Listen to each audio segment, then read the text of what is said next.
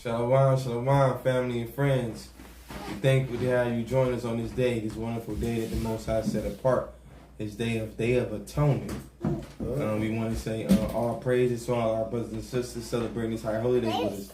And we want to say from the bottom of our heart, from HOI Detroit, if we offended anybody in the past or recently, we want to say we apologize. I hope you can forgive us.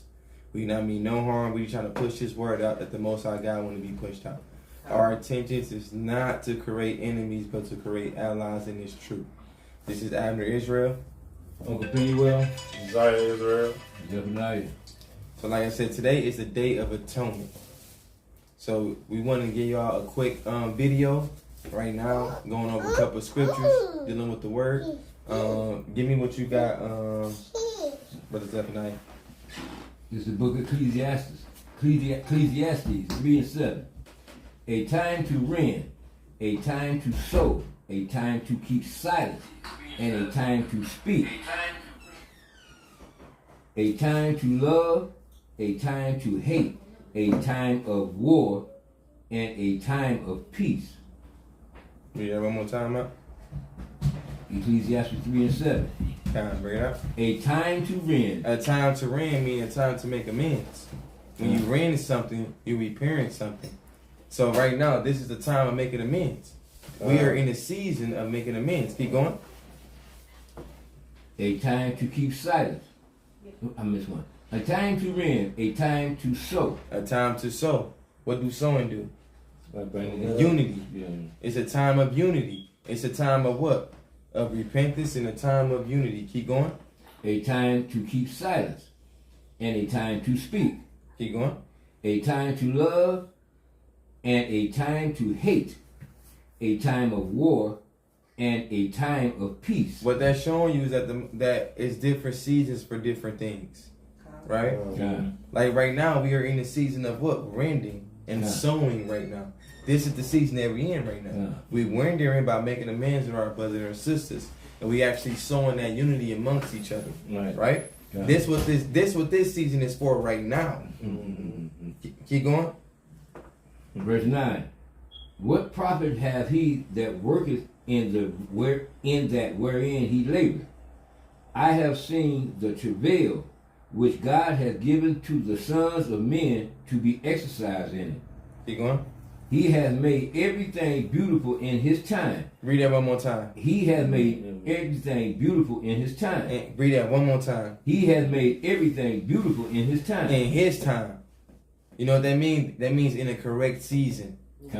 Because sometimes me and this sister might not get along, or me and this brother might not get along right now, because it's not the right season. When that right time come about, then guess what? Things can be what? Sold together. It can be rendered together. That's why it says he had made what? Things beautiful in his time. Sometimes we want to be on our time instead of being in the Most High time. That's where things fall apart.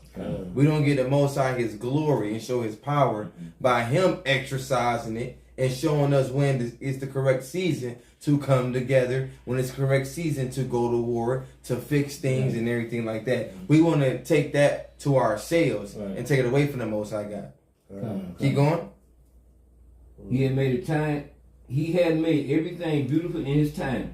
Also he has set the world in their heart, so that no man can find out the work that God maketh from the beginning to the end.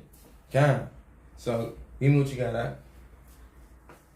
Ecclesiastes chapter 10 verse 13.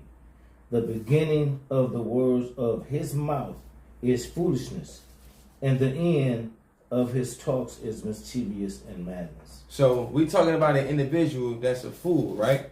But here's a trick to that though. We just read it's a time to hate, to love, and everything, right? He might be a fool at that time, but it doesn't mean that he will be a fool all the time.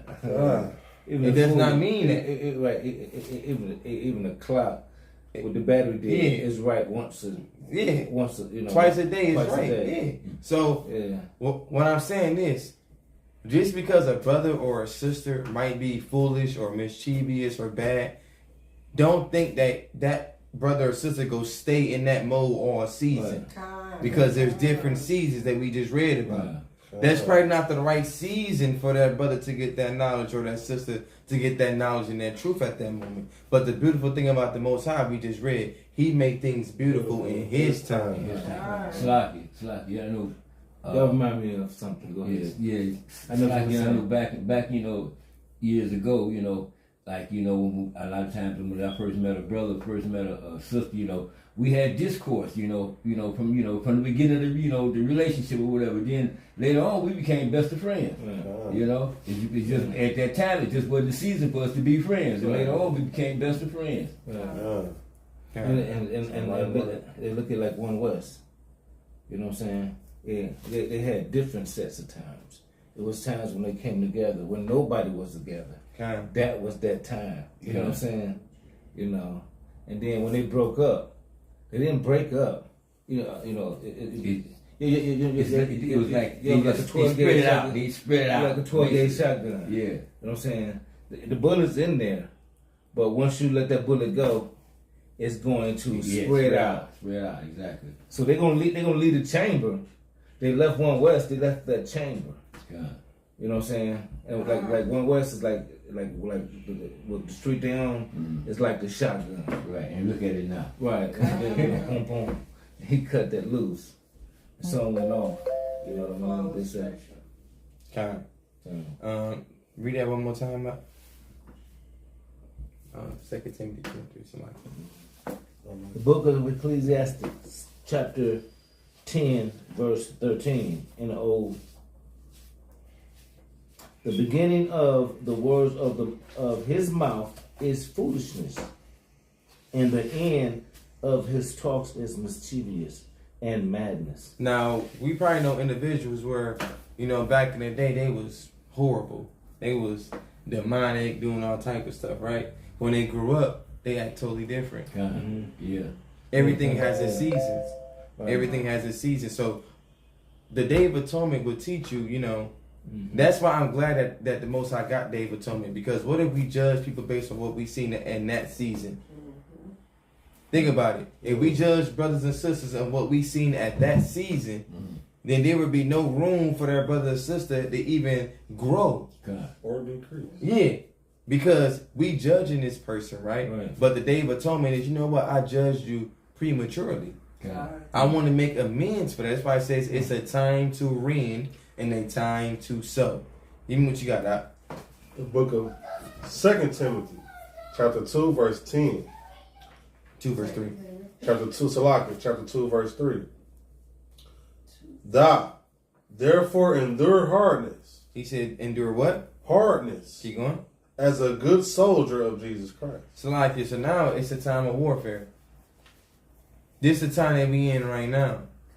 The season that we getting in after this is the time of warfare. Because we doing the rending and the sowing now. And what came after that? The time of war. So now we got to be girded up in this truth now. That's why it's important for us to make amends with each other and get everything right with each other, because we all we got. Right. And when we on that battlefield, we need every brother and every sister there 10 toes down. That's why it's important. It's important to make amends with the brothers and sisters. Whether if you feel like that you ain't do no wrong, you don't know that. Everybody feelings are different from one another. I might have thicker skin than the next brother, but that don't mean because I got thicker skin, what you said didn't hurt him. It just didn't faze me. Differently. So when we going into this time of warfare, it's important for us to clear the air, get everything out, and to make amends with each other. It's kind of like when you go on a trial, you're learning to know everything. Because if I go in there and we figure something else out, we lose the whole case. Lose the whole case, just like that. Yeah. So that's why this day is very important, man. And not even that. Not even ask for forgiveness of other people what you did. You need to ask the Most High forgiveness of what you did as well. Because how can the Most High forgive you if you can't forgive your brother and sister about what happened? I'm not saying that you gotta forgive them and just, oh my God, this never happened. No, I'm not saying that. But you're supposed to make room in your heart for forgiveness for that brother and sister. You're not supposed to keep harping on to that hate and that anger and that animosity towards them or that deep hatred. You don't supposed to have that no more. Because what if the Most High say He forgave you about something, really but still got that hate and anger towards you? Man, he really hit that, boy. So like, I'm glad he ain't nothing like us. So like, I got a question now. I know on this day that, we make an atonement, to our brothers and sisters in the truth. But what about the people outside the truth? They don't know, but they know they're Israelites, but they don't know, they're Israelites. They still your people. Still your people. Yeah. Make an atonement to them too, huh? Yeah. Okay. Yeah. That's more like well, if they don't know, you can't enter participate with them in something that they don't know the end. Right. Okay. And so, but Right. Yeah. Right. So you give them that credit that they need that they don't know they have. Right. It's just like just like right now, we don't know who we are. Mm-hmm. That's credit that we're not even using because we don't really know that we really God chosen people. Right. And then we don't even know what it is to be God's chosen people. By the way we walk around here. Right. If you know you God's chosen people, it should be days because I can't even get no sleep because I'm God's chosen people. You know what I'm saying? It should take you a week just to fall asleep. You know what I'm saying? That's how much intrigue we should be of knowing that we are God's people. Because there's people that's not His people. You know what I'm saying? And there's people that think He's the people, or whatever. But just to go show you is that the atonement, ain't no other religion got this. I mean, not religion, but they ain't even got it, even though they're trying to copy. And you know what I'm saying, and clone themselves with us because they use our books. But the point is that you don't see Jehovah Witness saying they got a day of forgiveness. See that's how you know we created the whole love of God, and everybody's picking out of it to make a religion, but they're still getting it from us. You know what I'm saying? There's no religion got a atonement day. You see what I'm saying? So if you ain't got atonement day, you're copying on every other day. You see what I'm saying? You found your way because you chewed off a Hebrew Israelite, and that's how you came up with Mormons. You chewed off a Hebrew Israelite, and that's how you came up with Muhammad or whatever y'all do with him. You choose up an Israelite, and that's how you came up with Christianity and Catholic. You see what I'm saying? Everybody come out of us. You see what I'm saying? Because we the only fruit on the tree. And I'm gonna give you another example. Go to the book of Ecclesiasticus or the book of Sirach, 3 verse. Read verse 3, verse 1 down to 7. Now you said the people that's not in the truth, right? It's another way that you can make an atonement for your sins according to the scriptures. Read verse 1 down. Ecclesiastes chapter 3 verse 1. Hear me, your father, O children, and do thereafter that ye may be saved. So basically he giving you saying, hey, listen up, and these are words of wisdom you can take with you. Keep going. For the Lord hath given the father honor over the children, and hath confirmed the authority of the mother over the sons.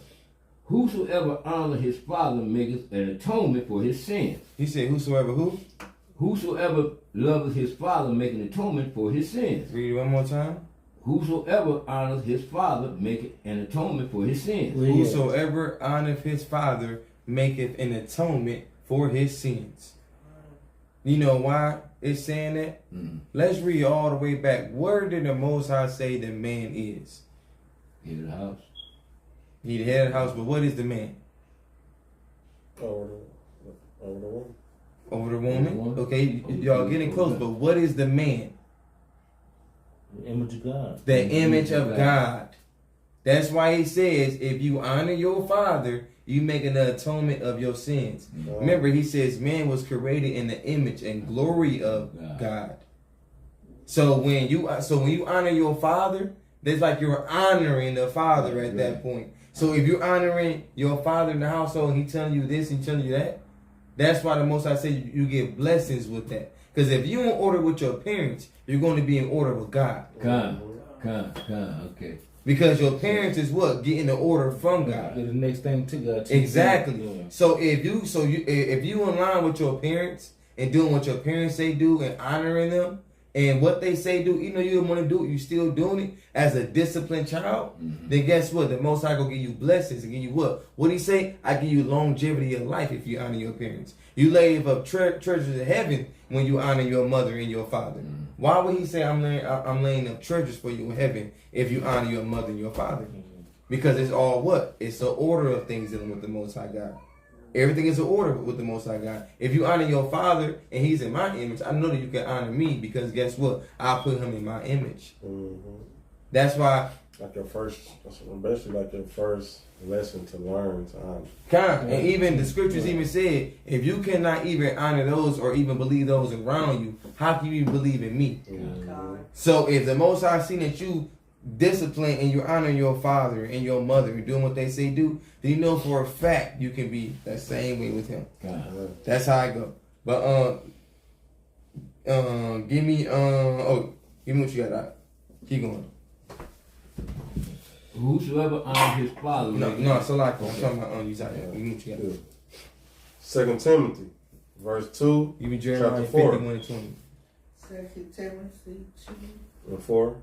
Read verse 3 again. Read verse 3 again. Okay. Verse 3. Thou therefore endure hardness. He said endure hardness. Keep going. As a good soldier of As Jesus a good Christ. soldier. So our mindset, we have to have a soldier type of mentality with this. And it's truth. And what I mean by a soldier mentality is a disciplined mentality. Soldiers are disciplined individuals. They endure a lot of hardship. Right? Keep going.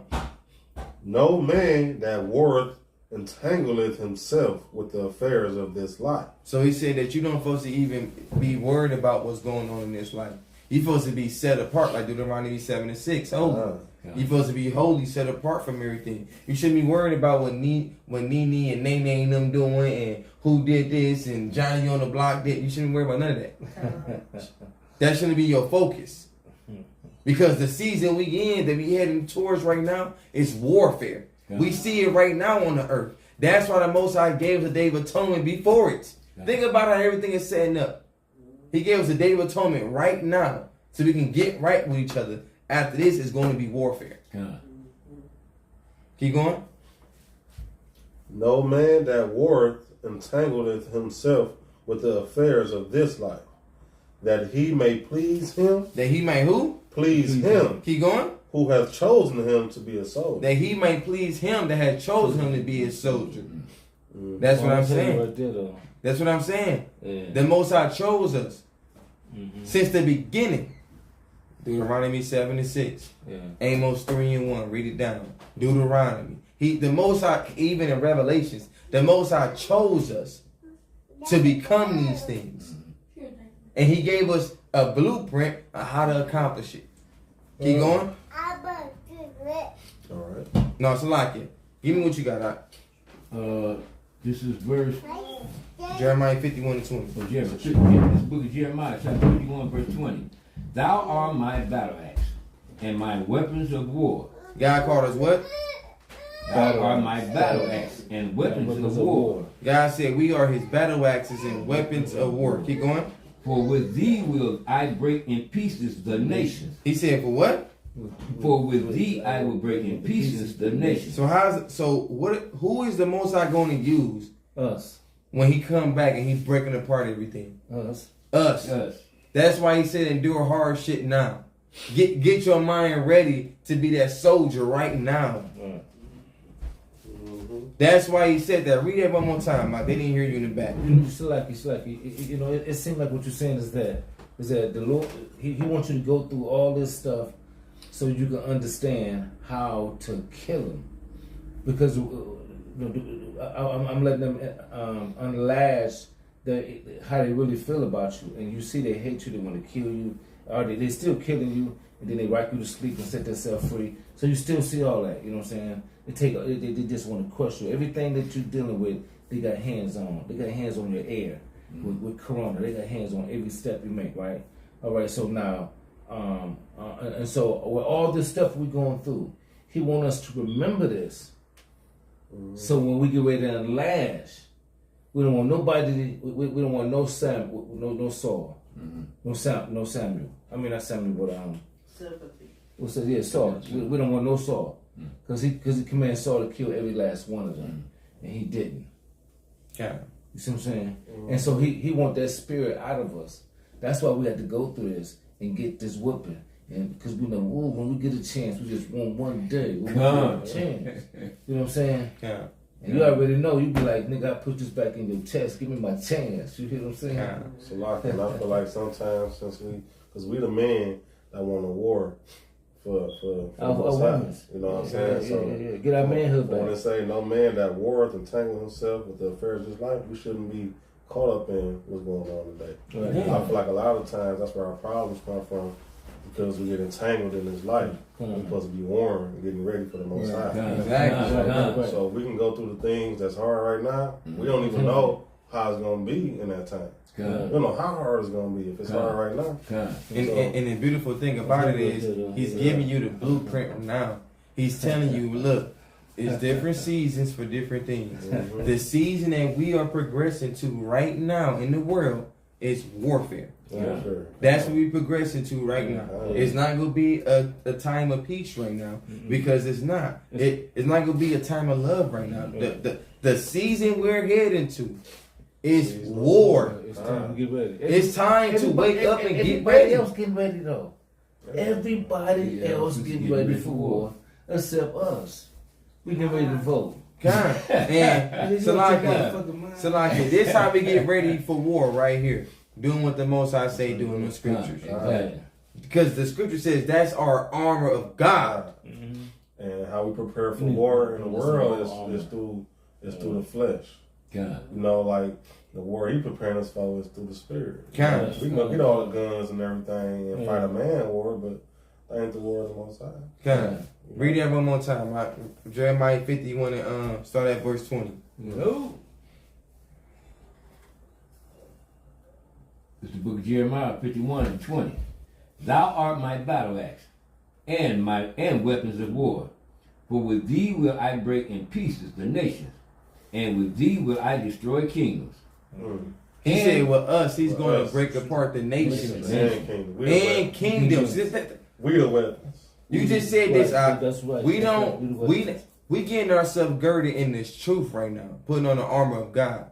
So think about this. We not out there buying all these weapons of mass destruction, but our faith that the Most High is going to live up to His word. That we building ourselves up as good soldiers of the Most High. We watching the seasons, right, and we observing the seasons, so we know where we headed to right now. Right. We still going to win the world. Right.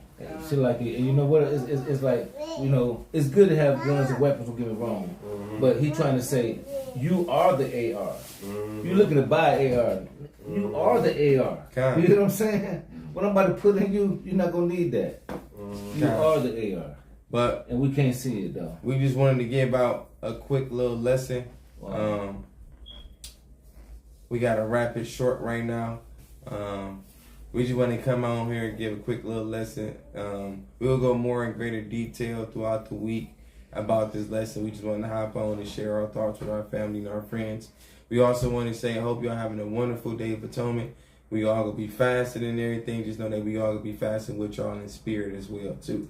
So don't think that you're doing it yourself. If you feel like, man, I gotta go ahead and eat something, just know it's 1,000 other brothers and sisters that feel that same thing. And we in unity right now with it. The season we in right now is going to be a season of rending and a season of sowing together right now. But after that season, prepare for that warfare. I just want to say this: Abner Israel, Uncle Penuel, Uzziah Israel, Zephaniah. I just want to say we wish y'all all love and all praise to all our brothers and sisters out there doing what the Most High say. Come. Come.